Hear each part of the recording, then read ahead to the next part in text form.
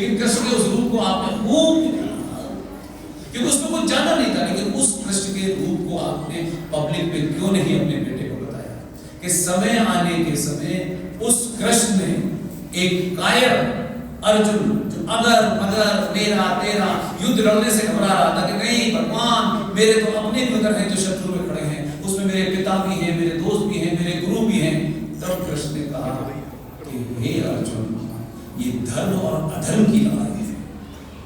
जो उधर खड़े हैं वो अधर्म के साथ खड़े हैं, वो धर्म के साथ नहीं खड़े, उसमें तेरे अगर अपने भी हैं तब भी तू बाण उठा और उनका नाश कर, यही तेरा कर्तव्य है।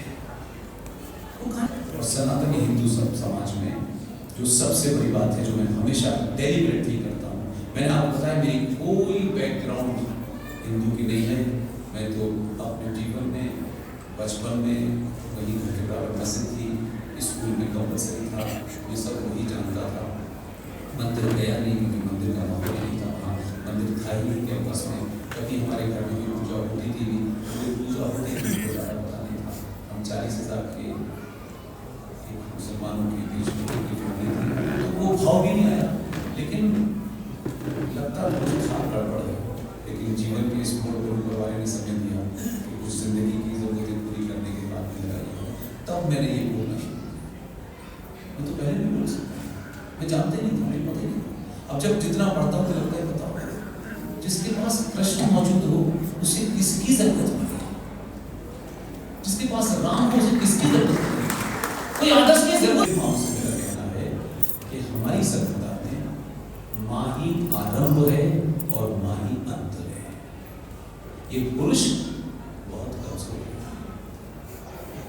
जो कमजोर होता है उसकी सबसे पहली प्रॉब्लम ये होती है, उसको पता है मैं कमजोर हूं, तो वो ताकतवर के बारे में ऐसी ऐसी बातें करता है कि उसे ताकतवर को कभी एहसास ना हो कि महिला कमजोर होती है, ऐसे उसके बारे में शब्द। महिला सुंदर होती है, महिला का काम है गहने पहनना, सुंदर बनना, पति को खुश रखना, उसको ऐसा बना दिया जैसे वो बेटा है। और पुरुष पुरुषार्थी है। इनका पुरुषार्थ देखा है, कभी देखा है? देखिए तो बताता हूँ। आप बैठी हो, मैं बिल्कुल सच बात बता रहा हूँ, मेरी बात लगे तभी कहिएगा। पिताजी और माताजी दोनों बैठे हो, 10 साल का बच्चा वहां बैठा हो और सामने से सड़क से अंदर कहीं पागल कुत्ता घुस जाए, पिताजी छलांग ऐसी लगाएंगे कि लॉन्ग जंप में ओलंपिक मिलेगा, और वहां पहुंच के कहेंगे वो डंडा उठा, वहां से डंडा उठाने पीठ उठाने की सकते हैं, लेकिन वो महिला अपने बच्चे को बचाने के लिए उस पागल कुत्ते और शेर से लड़ जाएगी, पिताजी ने।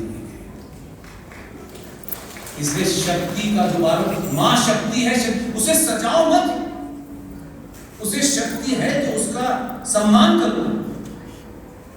और ये जो हमारे यहाँ परंपरा चल गई, क्योंकि हमारे शास्त्रों में देखिए सीता राम, पंडित जी गलत है, सीता रानी है, राम सीता तो नहीं, राधा कृष्ण है। क्या हमारे उस जमाने में लोग पागल थे? तो माँ का नाम पहले आता था, क्यों आता था? मैं बताता हूँ, इसलिए आता था कि माँ ने मुझे और हम सबको जन्म दिया है, फिर उस माँ ने मुझे एक दिन जन्म दिया, और वो जो पिताजी हैं, जो आज के पिताजी हैं, जिनका सबसे पहले ये है कि बेटा बेटी के सामने उनके वंश का नाम होना चाहिए, करा कुछ नहीं, नाम होना चाहिए। इनकी दिक्कत है कि जिस माँ ने उसकी पीड़ा की बात में उसके मुस्कान से आंसू नहीं निकलता, उसको जन्म देती है, और जन्म देने के बाद जब वो थोड़ा थोड़ा देखने दाखने लगता है, तो आते ना पिताजी बीच बीच में आते हैं देखने के लिए, है ना, वो देखते हैं दूर से, तो वो बेचारी माँ जैसे जैसे उसकी आंखें खुलने लगती हैं, वो उसको इतने में इनको इतना घमंड है, जिसे ये बता रहे हैं वो वीकर सेक्स से मैं महिला कुछ नहीं कर सकती घर का। ये पुरुषार्थी से पूछो कि अगर उस माँ ने इधर की जगह उंगली इधर करके पिता बता दिया होता, तो ये पिता कहाँ होते भाई साहब? जीवन भर रोते ही रहते हैं, तब भी इतने दर्द के बाद, इतनी तकलीफ के बाद उसने बताया है, तो पिता सिर्फ विश्वास है, सच्चाई सिर्फ मां है। इसलिए जब आप उस शक्ति को छोड़ के आप पीछे गए, हमारे यहाँ राधा कृष्ण थी, जबकि राधा उनकी पत्नी नहीं थी, तब भी मां पहले थी, सीता पहले थी। जब से पुरुषों के नाम लगने लगा बच्चों का, भारत में जब पहला गवर्नमेंट स्कूल खुला बंगाल में, उस गवर्नमेंट स्कूल में ये सर अंग्रेजों ने कहा कि यहाँ पे अंग्रेजी पढ़ेगा जो, उसको सरकारी नौकरी मिलेगी। पहला स्कूल बंगाल में खुला, क्योंकि आप जो एक उनका बहुत बड़ा लीडर था जिसने एक भारत के ब्रिटिश संसद में एक स्पीच दी थी, उसने संसद में एक स्पीच दी और उसने कहा कि भारत की अगर भारत पे लंबे समय तक राज करना है, तो भारत की जो सबसे शक्तिशाली संस्था है, जब तक उसको हम टेम्पर नहीं करेंगे, उसको डिसमेंटल नहीं करेंगे, हम लंबे समय तक नहीं रह सकते। और उसका नाम था गुरुकुल। गुरुकुल के अंदर एक पूरा जीवन की पद्धति थी, सिर्फ पढ़ाने का मामला नहीं था। उसको तोड़ने के लिए पहला गवर्नमेंट स्कूल बंगाल में खुला और बंगाल में कहा गया कि जो लोग उसमें अंग्रेजी पढ़ के आएंगे उनको सरकारी नौकरी मिलेगी। लेकिन उसमें दूसरा भाव क्या था, मैं जहां आकर खत्म करना चाहता हूं, कि डेट ऑफ बर्थ और पिता का, ये दो कौन वेरीफाई करेगा? अंग्रेज अफसर करेगा। मेरा पिता का नाम क्या है और मेरी डेट ऑफ बर्थ क्या है, उस सर्टिफिकेट को अंग्रेज अफसर अटेस्टेड जब तक नहीं करेगा तब तक वो वैलिड नहीं होगा। मेरा सिंपल सा सवाल है, अंग्रेज को कैसे पता चला ये मेरा पिता है? अंग्रेज किस बुनियाद पर उसको अटेस्ट कर रहा है? It's a humiliation, it's a breaking of that faith. जानबूझ के उन्होंने किया कि आपको वो बताएगा, आपकी डेट ऑफ बर्थ, आपके पिता ये है, तब वो कागज वैलिड होगा, तब आपको नौकरी मिलेगी। वो चले गए, खाली अंग्रेजों ने भी यही किया। हम सब की जनरेशन में सबने अटेस्ट कराने के लिए भागते होंगे कि कोई गजेटेड ऑफिसर से हमको अपना सर्टिफिकेट, हम सबने कराया ना? क्या था वो? अरे भाई, अगर दुनिया में कोई ये जानता है कि मेरा पिता कौन है, मेरी मां के अलावा भगवान भी नहीं जानता, तो मां से टेस्ट कराना चाहिए था। लेकिन बहुत छोटी सी चीज है, इससे जीएसटी कम नहीं होने वाली, इनकम टैक्स कम होने वाला नहीं है। 14 वाले ने शपथ ली, शपथ लेने के बाद ऑफिस में पहला गवर्नमेंट ऑफिस ऑर्डर, जिसे जियो कहते हैं, ये देश में लोगों को नहीं पता है, ये हम जैसे पागलों को इसलिए पता है कि हमको इसी से लगता है कि यही सिविलाइजेशन की पुनर्स्थापना में एक मील का पत्थर साबित होगा। उसने पहला गवर्नमेंट ऑर्डर निकाला, प्राइम मिनिस्टर की हैसियत में पहला सिग्नेचर है कि आज से भारत के जितने भी लोग दुनिया में रहते हैं, सिर्फ अपना सर्टिफिकेट अपने आप अटेस्ट करेंगे, वही वैलिड माना जाएगा। कर सकते थे पहले? कितनी बड़ी चीज है। मेरा बाप कौन है ये अंग्रेज बताएगा, ये आईएएस बताएगा, कैसे बताएगा? तू कहां खड़ा था भाई? लेकिन उस भाव को उसने पैदा तो किया ना। तो बहुत सारे काम हुए। तो गीता वाली कहानी में सुनाते था क्या? गीता पढ़ने का असर क्या होता है आप सबने देखा। अभिनंदन कैसे भाग के आया? गीता के कारण आया। गीता राष्ट्रीय ग्रंथ है, ये हमारी कोर्ट ने बता दिया, उसके बाद भी लागू नहीं हो रहा था। ताजमहल हमारे देश की राष्ट्र की पहचान है, इससे ज्यादा जलील हम क्या हो सकते हैं? तो हमारे यहां तो सारी चीजें ऐसी चल रही हैं, लेकिन इतने सालों की चीजों को आप समझते हैं, इतने विरोधाभास हैं, इतनी चीजें गड़बड़ हैं और इतनी चीजें खराब करके इस लेवल पे ले जाया गया है कि उनको इट विल टेक टाइम।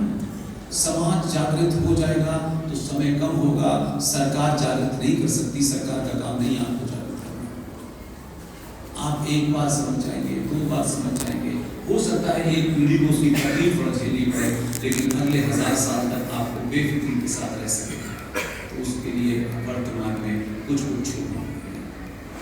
आपने मुझे अपने बीच बुलाया इस ईस्ट अफ्रीका की इस यात्रा में।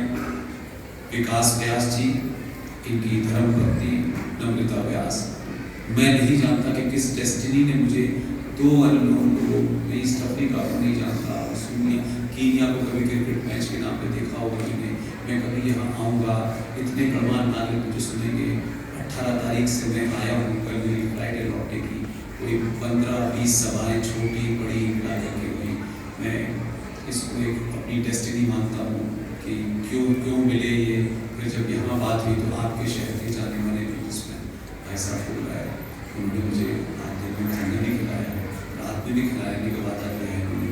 तो मैं समझता हूँ कि इन भाई साहब को जो लगता था कि मैं ये कर सकता हूँ, ये जो किया, किसी को लगता है मैं ये कर सकता हूँ, वो कर रहा है। इस यात्रा में हज़ारों लोगों का साथ है और ऐसे मैं अकेला नहीं हूँ, अपनी अपनी जगह को अपने अपने सामर्थ्य से। ऐसे ही JNU के प्रोफेसर हैं, हमारे दोस्त हैं, साउथ इंडियन हैं, JNU में प्रोफेसर भी हैं, साइंटिस्ट भी हैं। अब ये चीज़ें अगर एक आम सनातनी के पास हो तो कहेगा यार ये क्या बेकार की बात कर रहे हैं। आप टेलीविजन को से देखते हैं, हमारे दोस्त हैं, उनका नाम है प्रोफेसर आनंद रघुनाथ। ऐसी सडनली नहीं JNU में लोग पैदा होते, वहाँ तो कोई और ही पैदा हो रहे थे। पहले कन्हैया पैदा हो रहे थे, वो आनंद पैदा हो रहे। तो आप बदले तो आनंद भी आ गए ना, आप बदले तो जे साईं दीपक खड़ा हो गया ना, साउथ इंडिया का सबसे बड़ा बेटा, IIT खड़गपुर का टॉपर, सब कुछ छोड़ करके इस देश में जो पंडित जी बैठे हैं इनका काम कर रहे हैं। उसके खानदान में कोई पंडित नहीं, पूजा पाठ का मामला नहीं है, कुछ चीजें शुरू होती हैं। किसी पंडित जी ने पिछले 70 सालों से क्यों नहीं बताया, मेरा सवाल है। मैं बार बार राजनीतिक लोगों को गाली दे दे, इसको दे दे, नहीं, अगर मैंने नहीं बताया तो मैं जिम्मेदार। क्यों ये मंदिरों से आवाज नहीं उठी इस देश के अंदर कि भाई सेकुलर इंडिया में जो 1976 में रात के अंधेरे में 42वें संशोधन के तहत आपने सेकुलर देश को बना दिया, कहा सब बराबर है, तो सब बराबर का ठेका हमने ले तो लिया, लेकिन हमें ये तो बताते कि इस देश में मज़ारों पे चढ़ने वाला पैसा, गुरुद्वारों पे चढ़ने वाला पैसा, चादर क्रिश्चियंस के यहाँ चर्च पे चढ़ने वाला पैसा, ये कैसे कहा कि सब बराबर है। इनके पैसे को सरकार नहीं छूती, लेकिन सनातनी हिंदू मंदिर के पैसे को सरकार ले जाती है। पंडित जी कब आपने चिल्लाए, कब आपने समाज में 5 लोगों को कहा कि पूजा भी करना, लेकिन इस मंदिर का पैसा सरकार ले जाती है। मैं आपको नहीं कह रहा कि आप तो केनिया में बैठे हैं।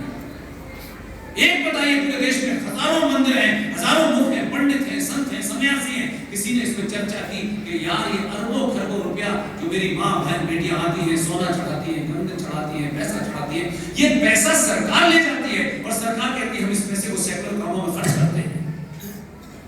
ये कोई टैक्स का पैसा है, ये हमारा पैसा है। अगर इसकी मुहिम चलाई होती हमारे यहाँ तो 24-24 कैरेट के कपड़े पहन के टिकट में लाइन में कपड़ा तुम्हारे के सन्यासी मेरे भारत में देखे, सन्यास ले लिया है जीवन से, वस्त्र त्याग दिए हैं जीवन से, गेरुए बस पहन लिए हैं और MLA की टिकट मिल जाए इसकी लाइन में लगे हुए हैं। ये सन्यास बड़ा खतरनाक है, अजीब टाइप का मामला है। या तो ये करो या ये करो, इसलिए मैंने कहा ये वस्त्र भी तुमने पाखंड में पहने हुए हैं और वहां जाने की लालसा है, इसको रखो, इस वस्त्र की महत्वता को समाप्त करो, इसकी पवित्रता को समाप्त मत करो।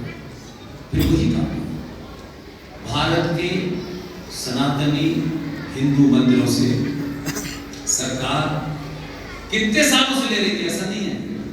कहीं मुझे डिस्कोर्स में बताइएगा कि किसी पॉलिटिकल पार्टी में, किसी हमारे मंदिर के डिस्कोर्स में, किसी सभा में हिंदूवादी जो हैं चौराहे चौराहे जो बोल रहे हैं 100 साल से सॉल्व होगा, सुबह से आप उसकी बेनिफिट नहीं हो जाएंगे। वो क्यों चुप है, उनको किसका वोट लेना है। जे साईं दीपक IIT खड़गपुर का टॉपर, साउथ इंडिया का एक बेटा जिसने सब कार्य छोड़ दिए, उसने रोना राना नहीं किया, उसने संगठन नहीं बनाया, प्रवचन नहीं दिए 5-5 घंटे के, हम ही प्रवचन देंगे, हिंदुत्व पे हम ही ठेकेदार हैं, कोई दूसरा देगा तो हम उसको ISI का एजेंट बता देंगे।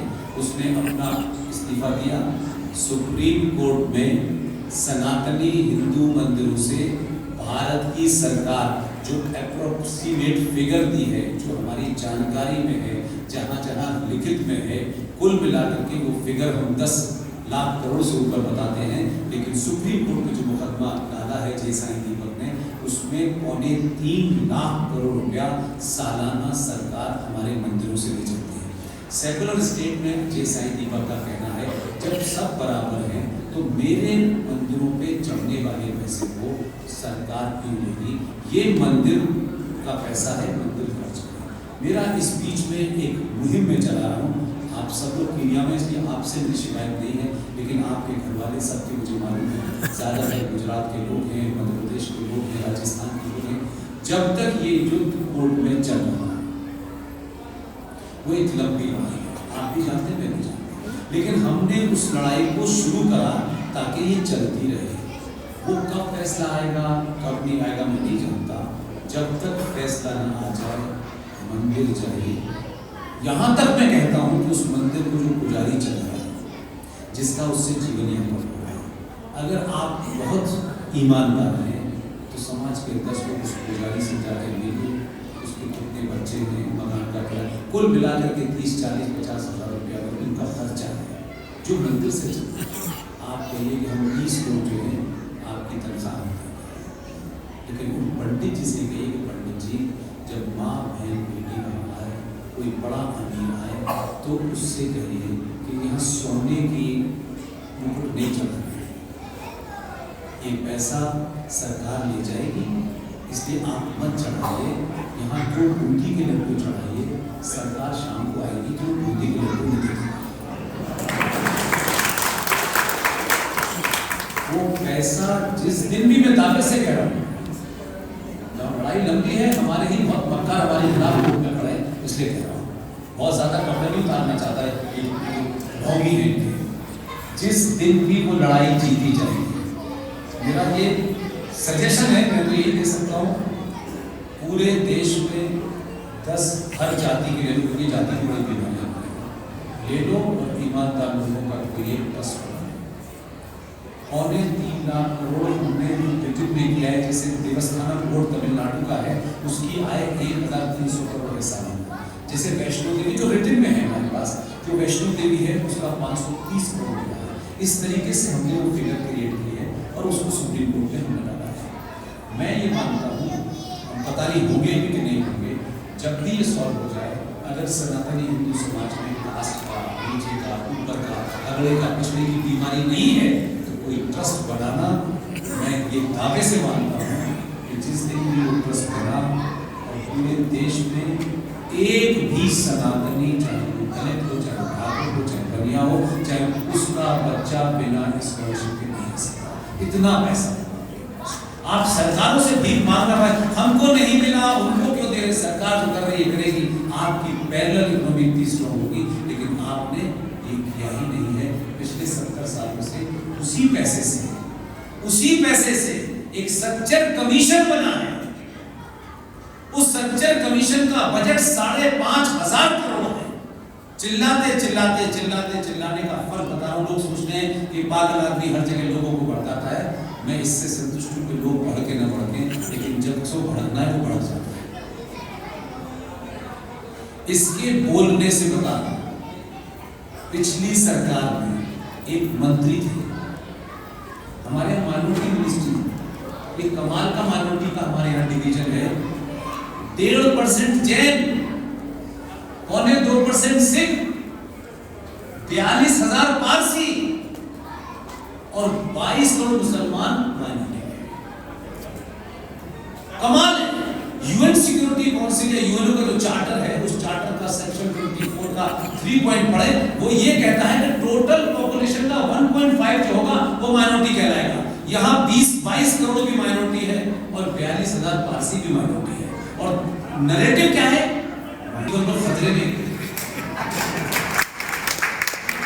इसलिए सच बोलिए, इसके अलावा कोई रास्ता नहीं। मैं समझता हूँ कि हमको एक ऐसा समय मिला कि सरदार जी नहीं दिखते। जब सरदार जी दिखते हैं तो ये बात मैं इसलिए कहता हूँ, आपके मन में जो ठेस है, उस ठेस में मुझे जैसा आदमी कुछ नहीं कर सकता था, लेकिन उस मुहिम को मैंने चलाया, हमारे कई साथियों ने चलाया। मैं दावा नहीं करता कि मेरे कारण से उन्होंने कभी गलत फहमी नहीं, लेकिन पब्लिक में जब आप बात कहते हैं तो सत्ताएं कैसे सुनते हैं, ये बात कहकर मैं अपनी बात समाप्त करता हूँ। हमारे आज के युवा बेटे जानते हैं वैलेंटाइन डे कब होता है, जोर से बताइए। इसमें खैरमानी की बात है, अगर आपने मनाया है अपने जवानी में तो क्या दिक्कत है, होना चाहिए, इसमें क्या है। लेकिन मैं तो बेटे से कुछ लोग वैलेंटाइन डे क्यों मनाते हैं, क्या व्हाट इज द लविस क्या उसकी, दो प्यार करने वाले लोग के दिन को वैलेंटाइन डे कहते हैं ना सर। कब मनाते हैं, डेट क्या है,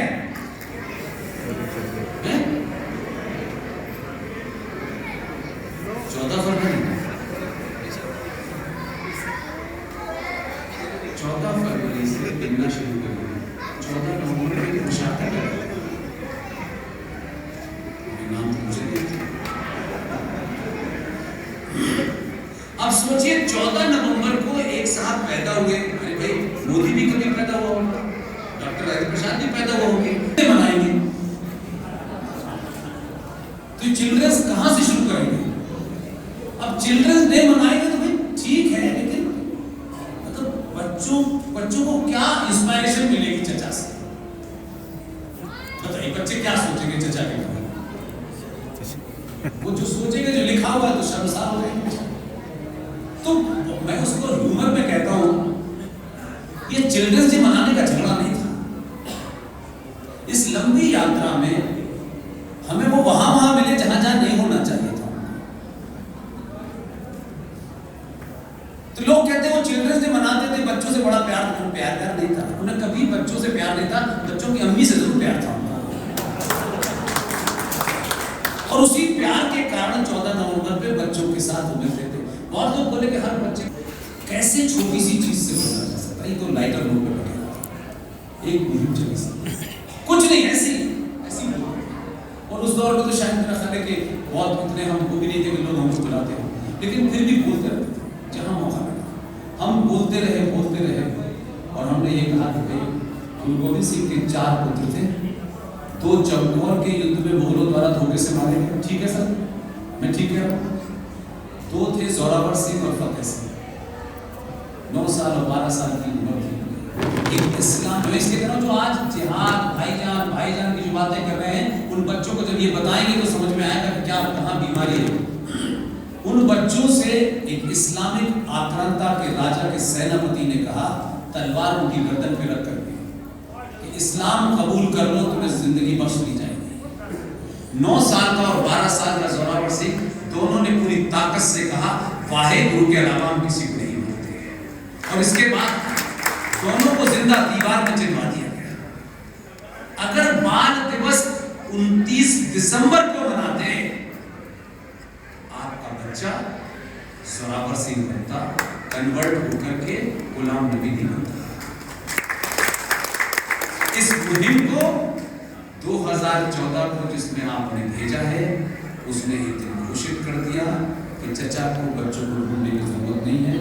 आज से 29 दिसंबर भारत में बाल दिवस मनाया जाएगा।